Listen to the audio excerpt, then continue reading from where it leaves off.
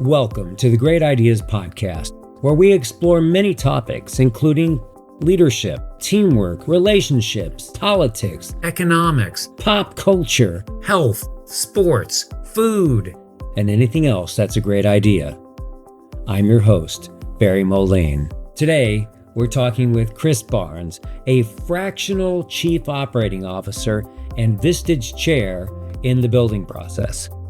Chris shares his journey from an IT background to leadership, explaining how he helps businesses streamline their operations and develop leadership structures that empower teams to take on more responsibility. Chris highlights the importance of genuine leadership development and how it's different from training or reading a book on leadership. He also stresses the need for leaders to adapt their mindsets to modern business complexities. It's a great conversation. Let's get into it. Well, welcome, Chris. Thank you. Glad to be here on the Great Ideas Podcast with you. All right, well, awesome. Hey, Chris, tell me about your journey to become a fractional chief operating officer, as well as your build process and becoming a Vistage Chair. What are some of those big lessons you've learned along the way? And well, it goes back to where I've just left. I've just left an industry after about 19 years in it, where I got to start with an IT background, really, and ultimately ended up on the operations side of our firm and building out operations and becoming a leader within the company formally, right? And so had to build out teams, and it was a great experience. We changed the culture of a 40-year-old firm in an industry that doesn't change a lot. And so after 3 years of doing that piece of it, we merged up into a larger firm, and I stayed for about a year and then decided it was time to go and do something else.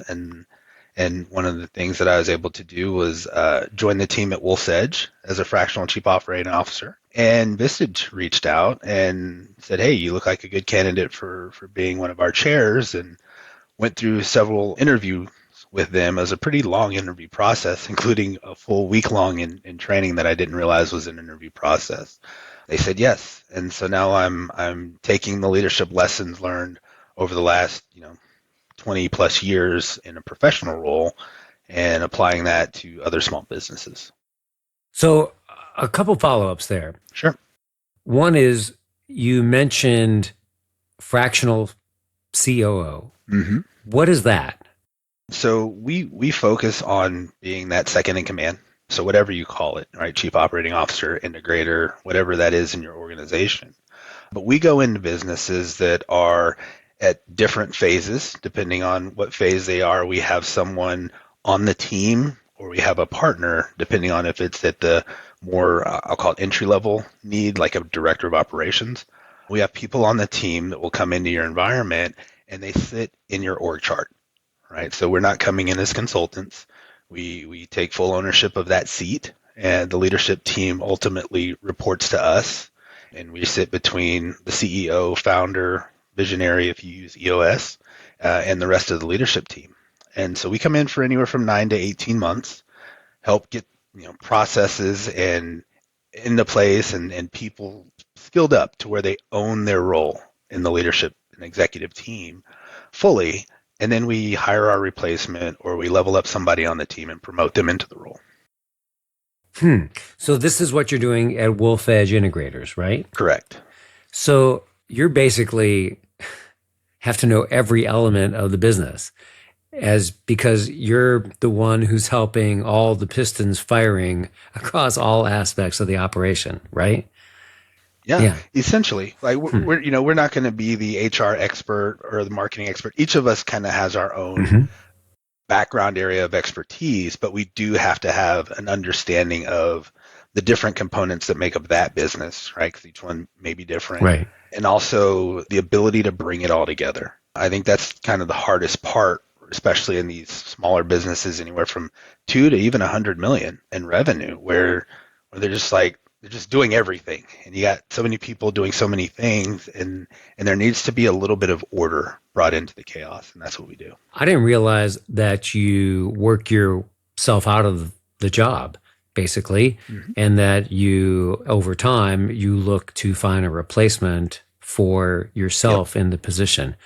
Fascinating. And that is just part of the process to have the business up and running on its own. Is that the idea? Correct. Hmm. Yep. Most of the time we're being brought into what we call an owner dependent business, right? The team is dependent on them for all of the decisions, all of the ideas, and essentially they're the bottleneck too. And sometimes that's because the team won't grow. Sometimes that's because the owner, it's like that's their baby. And so we come in to show them just kind of how much better the business can operate and how much more freedom they can have when they've reached a point where it's necessary for them to step out of the way.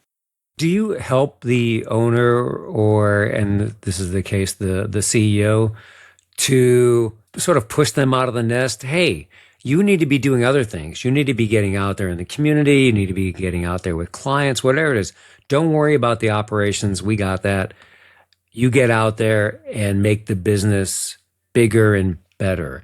Is that part of what you're doing as sort of integrating the operations and Yeah, absolutely. We are we are bridging leadership development, if you think of it that way, bridging leadership development with operational excellence. Hmm. Right. To help the business execute the way that it needs to, more often than not, we walk in and our first leadership meeting, for example, leadership team meeting will be a group of people sitting around, and many of the topics that are discussed are really tactical. And that's more, it should be in most instances, a departmental meeting, not a leadership team meeting. And so as we get people to understand the proper place and the proper use of an executive leadership team or leadership team, whatever the way that they call it, how we're supposed to work together, then it's like people start to get, the light bulb to go on. It's like, oh, wait a minute. Yeah, this doesn't belong in here. We should be thinking about the strategy of the business and what we're going to put in place as far as that's concerned. And all this other stuff can take place at a departmental level, unless we need some collaboration across departments, for example. sure. So you have another role as a Mhm. Vistage Chair. You're in the build process to operate your own group. So what is Vistage and what's that all about? It's almost a continuation of being the second in command to an extent, because the idea there is also working with leaders and helping them move into fully owning being the leader of an organization.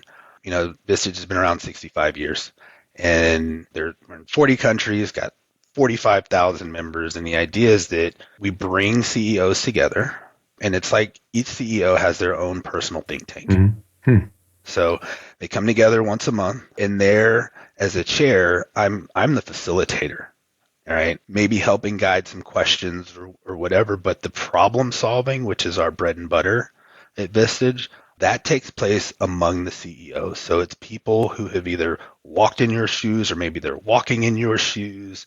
There's no direct competition within the group, so we're not going to have a competitor of yours sitting across the table from you. You can come in and you can support each other in solving big challenges or taking on opportunities that are maybe on your plate. And then when we finish this proprietary process, which is what it is, you leave with action items, and you're expected to do what you say you're going to do by the time you say you're going to do it. And then in addition to that, once a month, I sit down one-on-one with each member and have a coaching session. So in the first part, you were describing this peer-to-peer consulting, how CEOs are solving problems using it may not be the right word, but with the consultation of other CEOs, right? Correct. Yeah. And then the one-on-one meetings that you're talking about, that's just straight up executive coaching. So whatever's on the minds of these folks, that's the kind of stuff that might come up in a meeting. Yeah, I Yeah. mean, and even there, we may go into a little more depth about something that they brought right into the group meeting, and Hmm. it's in between sessions, and so maybe there are some things that popped up, and either they've reached out to the group, or we need to go in more depth, or maybe there's some more complexity we have to address. Whatever it is, it's their it's their agenda essentially, and I'm just there to be the coach.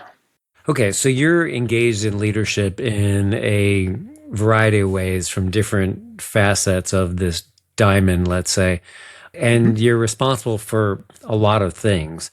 When I think about leadership, I think about it as an awesome responsibility because people depend on Hmm. you for so much, and Yep. their ability to make decisions, willingness to make decisions, whatever comes back to you. So Yep. how do you describe that responsibility that where people are looking to you to move the organization forward? Well, that's a big question, right? I used to just say leadership is influence, nothing more, nothing less. That's a John Maxwell quote, and it's true. And I think that there's significantly more to it when we start getting into the awesome responsibility that you've described. I look at it now in the sense of, okay, what's at the root of this? And I feel like at the root, as a leader within an organization, our responsibility is developing people. And I know that sounds so super basic, but the fact is that we tend to promote people into roles that we haven't developed them for. And we confuse training with development. And so, organizations now, there's no shortage of, right, cutting the check. We will spend the money, we will hire a consultant, we will create a training and development team, but it's really still just training, not development. And we think that we've done the job necessary to prepare leaders for the type of world that we have now, and we haven't. And so as we try to, institute this change and we use words like transformational and all of these sorts of really great words and really great ideas, the fact is still that 70 to 80% of the time those fail. Hmm. So why is that? Yeah, why is that? Right? And so it goes back to the statement that I made before of we don't develop people to be able to take on the complexity of business that's required today. Well, what do you mean by development? Is it a level of maturity? Where are you going there? I'm so glad you asked that. So I'll try to not make a really difficult analogy, but I don't care whether you use an Android or an iPhone, right? Or Mac or Windows. The fact is that you have a version of that operating system on the device, right? And it can only handle so many updates before it has to be completely upgraded to a new operating system to take advantage of all the new bells and whistles that are geared towards dealing with the challenges we face today, I'm right? tracking with you 100%. I literally my phone, I just need it Yeah. replaced, getting it replaced tomorrow. Yep. Yeah, because it's planned obsolescence, whatever it is, it can only take me so far. And it's That's reached a right. limit. I know it's reached a limit Mm-hmm. in terms of its storage capability, functioning Yep. capability. So is that the analogy that you're going with here? So Yeah. that's it. That's it exactly. Yeah. We run businesses in a way from a mindset that is not upgraded yet to be able to handle the complexity that we face today, the environment that we're trying to create. We focus a lot on skills, which is great. You need skills, but we don't do anything for what the internal operating system, if you will, of the person.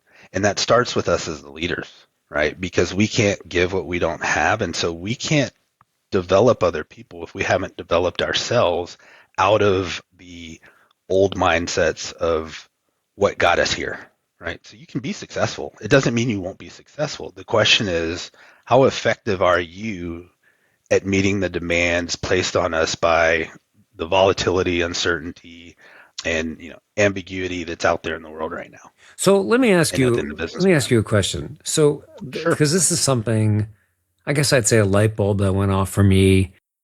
I don't sure. know. It was probably a few decades ago. I was a CEO for 29 years, but even when I was first became a CEO, I wasn't doing this, and I don't know when it was, but at some point, I realized that I was not in competition with my staff. I think early on, I Mhm. sort of believed that I was, and well, I'll just be frank here. I was looking to make sure that I received accolades, that I was the one out front, and they were the supporting actors, let's just say it that way. And at some point, I realized that when I gave credit to my staff for doing a good job, they would do a good job. And instead of me taking their work and then using it in some forum, I would say, this is the great work of Amy or Cheryl or Jerry. And let me talk a little bit further about it. They're the ones that built this foundation, and shared the credit with them. That not only did I feel more like a team player and maybe somebody who was developing others, to use the phrase that you were talking about, but people gave me more credit. I got more credit for building a strong team. So we were working together on that project, and it wasn't just me alone, which is what was happening in the past. Because I just wasn't mentioning them. But now, as I was talking about their good work and us working together, now those that I was working with said, wow, you've got a great team that you're working with. And it transformed the way I led. And then I started to give more and more stuff away. They did this, they did this, they did this. And even to a point where, you did this, you make the presentation and I'll support you in the presentation. So it even got to a point where I could step back and let them shine. Again, the perception from the outside was, oh, Barry's put together a really good team. He can even step away from the team. Now, I told you that story not because I'm so wonderful, but there was something that I used to do that was not that. And I still felt like I was doing it great. I was putting myself out there. That's what people expected. They wanted to see the CEO. And for whatever reason, I actually know the moment that it happened. I was watching somebody else do it, and I'll tell you what happened. But when I shifted, things changed for the better. And it wasn't just, look what a great team Barry can put together. It was just a great team. It was just overall, things were working better. Everybody was happier. The moment that it happened, it was in a very large meeting. It was about something like 500 people. It was a big conference. And another CEO, I gave the podium to another CEO to talk about what they were doing in their company on a particular task. And he didn't just do that. He didn't say, well, let me tell you all the great things we're doing. He said, I want to share with you what we're doing. And first I need Johnny to stand up over there. And he pointed to Johnny in the audience, and Johnny was like, okay. And Johnny stood up and he said, turn around, Johnny, and face everybody. And he said, this is what Johnny's doing. And this guy stood there, and the CEO talked about what he was doing and all the cool things he was doing. And Johnny's doing great. Thank you, Johnny. And then he said, Sarah, I need you to stand up. And Sarah was in another place, and she was like, ah. And she stood up, and he described what she was doing. Now, this was impromptu, so he wasn't expecting them to make a presentation. Nevertheless, he was talking about what they were doing. And then he said, and this is what we're all about. We're a big team. We do a lot together, and we collaborate, and so on and so forth. And I was standing off to the side, sort of watching him, and I was thinking, wow, that is pretty cool. One, that he's recognizing these people in this big public forum, but two, that he's actually doing it, that this is how he operates. And it was so impressive that I just couldn't stop thinking about it, and then started to adopt that method. Yeah, but it was a light bulb. That was the light bulb that went off as I remember it. And is that the kind of thing that you're talking about in terms of this sort of breaking the mold of going from one operating system to the next one?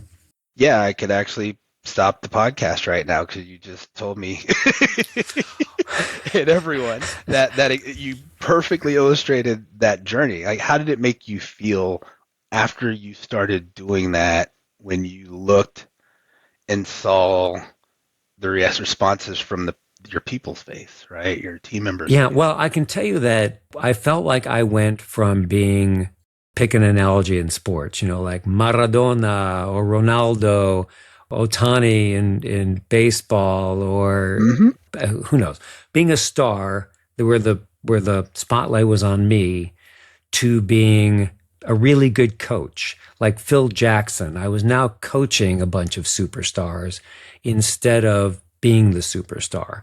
And the superstars were then free to go out and do great things. And that shifted, I shouldn't say it like shifted 180, but it jumbled my world around in a really positive way. And it turned our team around to also, and this was one other element that was a good outcome, is that we reduced our turnover because people Mm. liked being in this environment where they were getting the credit and they Yeah. were collaborating better because they knew they were going to get the credit. It wasn't just, I'm going to give my ideas and then somebody else is going to walk away with this and talk about all the great things they're doing. Me, obviously. It was now, I'm going to I'm going to put ideas on the table. And then when those Mm-hmm. ideas are ripe for going public, I'm going to get the credit for them. So they felt better at it. I don't know. It was so much better. I know you've talked about a systems approach Mm-hmm. in the way organizations function, how culture and operations work together. Is this the kind of thing that you're talking about? Yeah, so there are all kinds of different sort of frameworks out there, and I will probably mention multiple books on this call. But within a book called The Whole Systems Approach, they talk about 6 systems, right? So it's the leadership system, communication system, accountability, delivery, human performance, and measurement. So those are the 6. But the idea is that there's still this foundational piece, which is the leadership system. Okay. And when I look at most businesses and when we talk about the change that happened, you didn't add a new process or technology, right? So if we're thinking of people, processes, and technology, your example was about the people, but it started with how you evolved True. because as the leader, you bring the weather, right? Again, going back to sports, you see teams and you say, man, this team has taken on the personality of the head coach, right? When we as leaders go, okay, we're going to focus more outwardly, giving away leadership is essentially what you were doing. It not only frees us up, but it frees up our team members to be who they should be, are, right? They get super invested, dive right into their purpose, even if you haven't sat down and helped them create a purpose statement yet. People innately know the thing that really energizes them when they come to work. And part of that is being able to contribute. And another part of that is being seen. Right. And so when we're able to give it away, kind of like almost, I don't, charity might not be the right word, but like when you're able to go, it's not about me, it's about all of us, then all of these things that you've already described tend to happen. But it starts with us, Yeah. Interesting. not them over there, Yeah. right? Yeah. Well, I appreciate you like analyzing me. I feel like I've just been through some therapy. Is that an experience that one would have in Vistage? Did you just invoke your Vistage sort of magic on me? Well, it's funny. I'm just invoked me like pre-Vistage. Sure.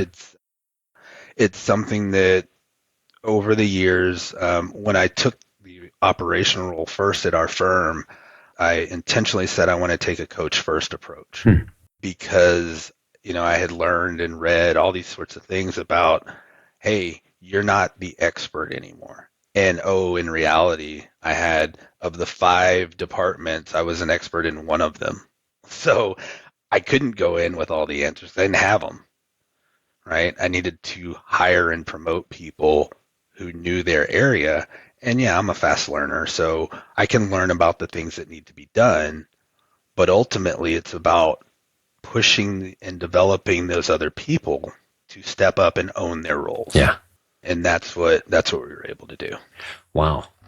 So, when did the light bulb go off for you? When did you feel like your leadership development was sufficient where you could help others along the way? And I know we're always growing as a leader, so there's no question about that. So that's I not the didn't know right you might say answer. that. That's not the right answer. But still, at some point, you had to feel like, I think I can do this, or I've got something to offer. What do you think? So it was when I had my first 360 Hmm. actually in 2022, the partners and me. So it became a joke in our office. It was the partners and Chris, because I was not a CPA. I could not be a partner. And as we were working together, we had 360s done, and we had two consultants that came in and helped us. And I got my results back. And then, of course, you go to the challenge and growth questions that they ask first, and that's where you spend most of your time. But everything was really good. And I remember my coach, who was one of the consultants, she said, "This is a really good 360. Like, let's enjoy this," essentially, is what she was saying. But it's hard to do. So, of course, I went to the things that I thought I should change and all that. But at least at that point, I knew that something I was doing was working based on the responses. And then you see the results within the business. That's helpful too. But I'll tell you, you asked the question of when did you know? And so at that point, I was trying all kinds of different things that I could find, and I exhausted people with those ideas that were coming from other people. And so I had another one fairly recently, like within the last few weeks, and had 17 raters because I was going through the leadership circle profile, which a lot of what I'm talking about is coming from their work. That's when I knew, because it is the most comprehensive 360 tool there is, and I have no problem saying that. But it looks at those two mindsets that I was trying to describe, gives them names, talking about reactive and creative, but I had a beautiful creative LCP, so leadership circle profile, and the way that we describe it is it should look like a mushroom, right?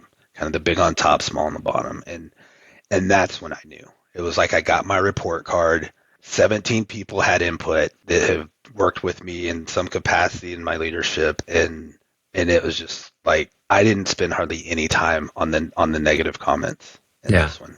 Yeah, that's nice. You saw it along with a bunch of other people seeing it. Yeah, Yeah, that's really yeah. nice. So at Wolf Edge, how do you reach out and find clients? We have a great business development team.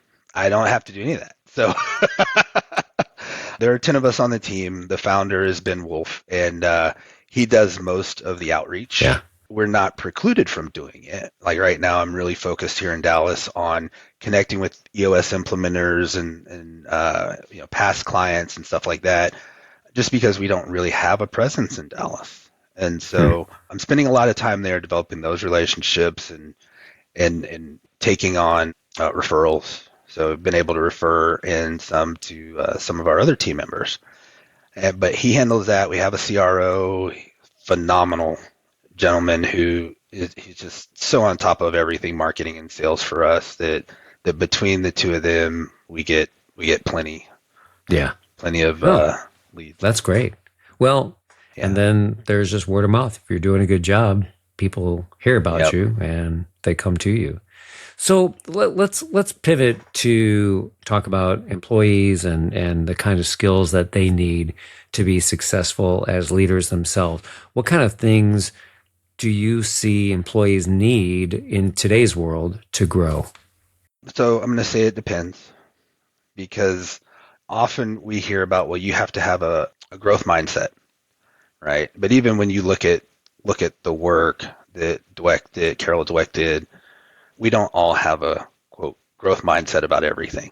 And I think that there's a stage in our careers coming in that we do really need to focus on the technical side of things. We do need to focus on sort of these skills that are, whether it's the financial skills or the skills for your job, or all the skill based stuff that gets us into leadership. And when you're looking at the leadership profile, in fact, one of the things that I love is it's showing you all of your strengths, even in this reactive zone. It just means that you're looking through a reactive lens.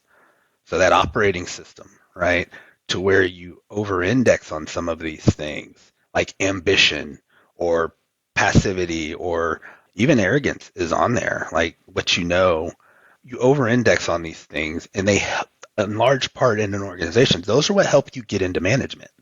People who are more relationship oriented and they're able to have these ideas and flow between, like that doesn't stand out as easily on performance reports for people who are not in a management position yet, because like similar to what you were talking about with your evolution of, it doesn't as easily translate into the dollars and cents as does your productivity. So are you saying be good at your job? Whatever it is that you're supposed to do that well? Is that First, do that do that first? first. Huh. Yes. Now, it doesn't mean that if you're somebody who has reached either age doesn't necessarily equate to this, but it does take time to develop this mindset, right? Of shifting to a broader creative way of thinking. And I don't mean creative in the sense that you're an artist. It's that you're able to hold these different things that may be ideas that are opposing each other. You're able to hold them simultaneously and be okay with that, right? By and large, early in our careers, we're in like our 20s, let's say. And so I do need to get good at what I do. But I also need to be able to do, if I'm a task focused person, I still need to be able to develop relationships. If I'm a relationship person, I still need to be able to focus on the task. I see. Right. And I think that's where development of managers comes in, because as a manager, I should know, I've got this person that's new to the profession. And so this is where I get to play and dance and help them grow. So when you said it depends, if you are a skills-based person and relationships may not be your forte, then keep doing a good job with your skills and develop some of your relationship skills or your communication skills and so on. If you're heavy on communications or relationships and you're that kind of person, hey, it's probably a good idea to develop some skills and show that you can contribute at this workplace. I mean, that's what you mean, right? More. Yeah, and I can hear somebody saying, well, what if you don't want to be a leader or a manager? You just want to be a technical person. And there are firms out there that develop a dual path, right? You want to be the technical person, fine. You're not going to develop people, that's fine. But that doesn't completely absolve you of having to work on your relationship capabilities, right? As an example, there are still skills in the hospitality industry, right? Sure.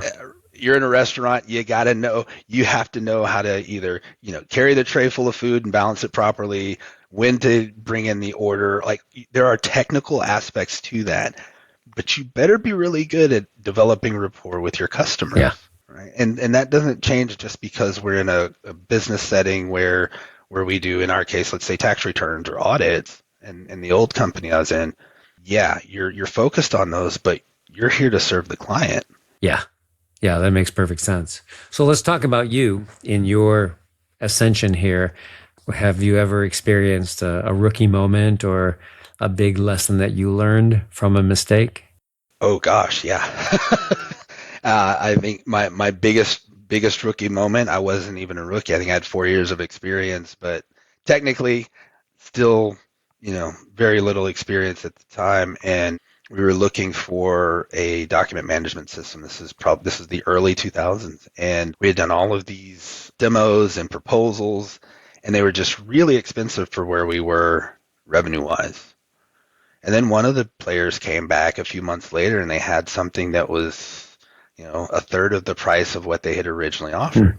And I didn't think to go back and ask to speak to all of their references again. And so that's what I put in front of our managing partner at the time. And I had my boss then too. Like I wasn't over IT at that point, but I hadn't included him on any of this. It was just working with the managing partner. And so we went and we purchased that, and it cost us a lot of money in that mistake because it worked for a year. but it didn't really work. We kept having downtime as a result of using it. And so we pulled the plug after a year, but it's been a good chunk of change. So, That is a good it is a example. learning So, lesson. and as a result of that experience, what would you do again if you were faced with it? Oh, what did I do? How about that? Yeah. What did you do? Because that wouldn't be the last time where I had to evaluate, technology for the firm.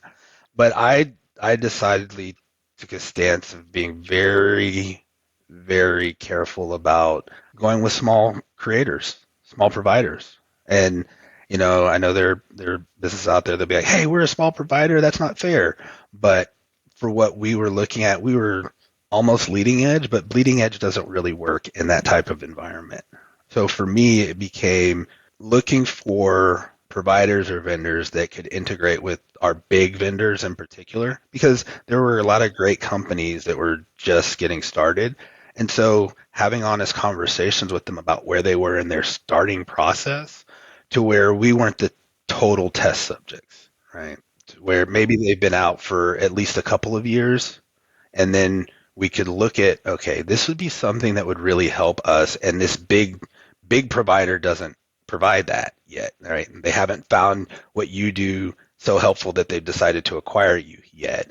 Then that's when I would go with somebody that may not be one of the big providers. But by and large, I tried to focus on the companies that were sort of known within the industry and that were big enough to handle working with us. Yeah. Yeah. Sometimes you just need to have that backup. Mm-hmm. Yeah. Yeah. So when it comes to things like difficult decisions or challenges, you just described one. Do you have a process that you use for making those decisions? So I'm somebody who likes to get data up front. And for people who are like that, you can very easily become someone stuck in analysis paralysis. So what I do is I take a minimum of 3 pieces of input, whether that's conversation, looking at research, documentation, whatever it is, a minimum of 3 pieces of input, no more than 5 pieces of input before I make the decision. But I have to make the decision by 5. And what that's done for me over the years, what I noticed is I can keep looking past 5. I just have to have made that decision by 5. And anytime I've decided to go and keep looking, I start experiencing confirmation bias in whatever I would have decided anyway. My results that come back when I'm doing searches, after I've clicked on a certain number of things, the algorithm presumably starts sending me back what I've already been clicking on, just in different flavors. And so I would go past page 3 or 4 or 5, even in the search results. But what I've found is 3 to 5 is good. More often than not, now I'm at 3. So Yeah, interesting. So you mentioned earlier books that you read. Is there a particular book or books on management that you recommend that have had an impact on your life? I suppose it could be a book. I goodness. suppose it could be a movie. It could be a podcast. Who knows? But you mentioned books earlier. So Yeah. So, oh my gosh. And I was ready to answer this and my brain just completely forgot it. But there's the story, American Icon. There we go. American Icon, which is about Ford and Alan Mulally. And so Ford. Okay. So Ford Motor Company, right? Yep. Okay. Alan Mulally was the CEO at Boeing, and then he was recruited away from Boeing by Ford, took the job right before the financial crisis hit.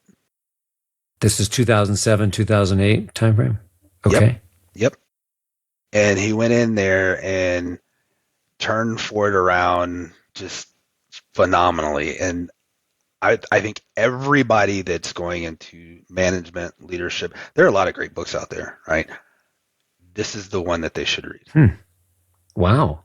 So is it Because the process that he used or the sort of new, the thought provoking that he brought from Boeing to Ford? Is that the idea?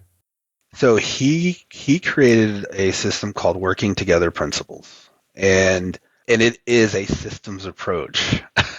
if you look at it as far as how we're going to go in a huge multinational organization and turn it around from the ground up.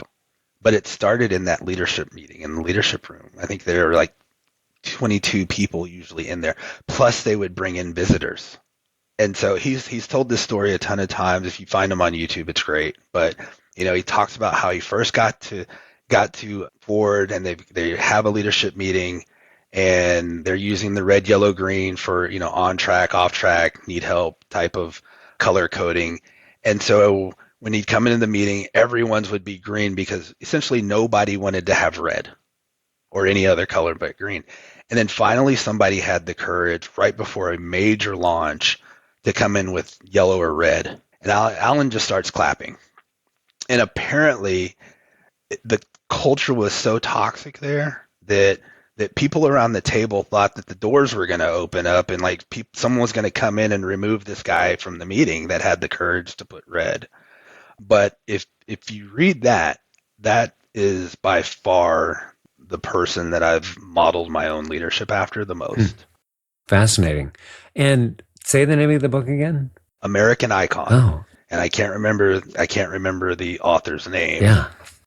But yeah. Sounds fascinating. All right. Because it's not a technical management book or any of that. It's the story of Ford. Yeah. That's great. Okay. I appreciate that. I'll download that. Absolutely. So talking about you, your brand, do you have a brand? Do you have what is it that you stand for? Is it a bumper sticker, a word or phrase that you live by? So I hate to use the term integrator because it's a technical term in what I do now too, but that connector synthesizing person, those are all terms that describe me very well. Again, in taking in whether it's books or talking to people or whatever, I can be having a conversation with you and it'll connect to something else that I've experienced in the past in some way. And I'll just tell him, hey, have you read such and such, or have you talked to so-and-so, or I know somebody you should meet. Like that's what my life is on a daily basis. And so, I think that's probably those words are the best to describe. So when you approach a situation, you're always looking at multiple angles of whether it's your engagement or your influence or others' involvement as well, and how it all fits together. Is that it? Yep. That's exactly fascinating. It. Yeah. Like I can't shut it off. Yeah. But that's okay. That's good. And as opposed to coming into something and saying it's all monolithic. One of the things that really bothers me about individuals that, for example, hear about a problem and you describe a problem briefly to them, and problems are often very complex. A lot of leaders do this, and they'll listen for a short time and then say, here's a solution. I've got the solution. And it's off base because they haven't asked additional questions. They're not thinking about the system. They're not thinking about multiple dimensions. And then the response is thanks, but no thanks, or just thanks and move on. That didn't really scratch the itch. It wasn't a holistic perspective. So I appreciate you saying that because I think that problems, situations we find ourselves in are very complex. And a lot of decisions are 51-49, and they have pros and cons. And it's important to know it's not so much that there are big winners and losers, but the answers are not black or white. They're often gray. And we just have to know which side of the gray we're on. Yeah, I appreciate that. So reflecting on advice, have you received good advice in your life? Can you share some? Yeah, a lot of it. But, one of the most impactful ones for me was, it was really a big duh moment, but it was when I first started being a manager of people. And I had gotten us this IT training budget, and I'm a big learner. So, I'm like, awesome. Now I don't have to ask for anything when I take these courses. And the gentleman I had hired, he was there. I was like, man, we can now do, these courses and, tell me what you want to take. And we got through the first year together, and I'm in the managing partner's office, and I'm just like, you won't take these courses. Like, I don't know what's going on. And he just looks at me, and this managing partner is just so very understated in the way he's just very laid back. And he's like, Chris, you got to understand that not everybody's like you. And it's just like powerful, but duh, like very powerful, And so instead of being that, let's say early on leader manager person that's driving everything, I figured out what worked for this person, and I did that. And then he was learning the things that he needed to know to do the job that was in front of him. Right. But that was just one of those moments that I still go back to today. Yeah, that is great advice. And probably what it leads to is you then inquiring to learn more about that person, right? And what's their hotspot? What's their jam? What inspires them to take action? And then you can engage with them in that way from where they're coming from. Yeah, that is fascinating. That is good advice. So for people starting out in their careers, do you give them advice, or what advice would you give them? Again, it depends. But by and large, I'm looking at people early in their careers that are coming out of school. And when you think about our lives prior to that, especially these days, your time is so managed for you. You played sports, you went to college, if you're coming into our industry, and everything has just been right there for you. But then you come into a place that's like, hey, you get to work from home. Oh, that's unstructured, right? So it's make sure that you ask for help. That's the biggest thing. That's hard to do. And people need to be reminded it's okay to do that. Wow. And do you mention that regularly? Yes. Wow. Mm-hmm. It was actually one of our values from the previous company before we merged. It became a big enough deal because COVID happened, and we didn't have vision, mission, values, any of that as a 40-year-old company. We actually ended up doing that finally in 2021, but we had created this environment that gave a lot of flexibility. And it's like, well, what's going on with the production here? What's happening? And even now you see this return to office thing because they're claiming people are less productive or whatever it may be, when in reality it's about, okay, people aren't asking for help. And that includes the managers of these people too, right? So anyway, coming in, it's like, you don't have to be the smartest person in the room. Ask for help. It's okay. I look stupid all the time. I don't care, because I want to know what is needed to move forward. Yeah.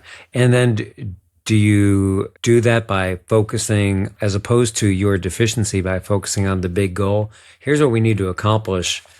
There's a gap here. I don't quite have it. Can you help me with something to make sure that we're accomplishing this bigger goal? So the emphasis isn't on you and your lack of knowledge, but more on let's accomplish the goal together. Is that the idea? It's usually just including people. Like, even, what do you think? Here's what we're trying to create together, right? What do you think? Yeah. What would you do?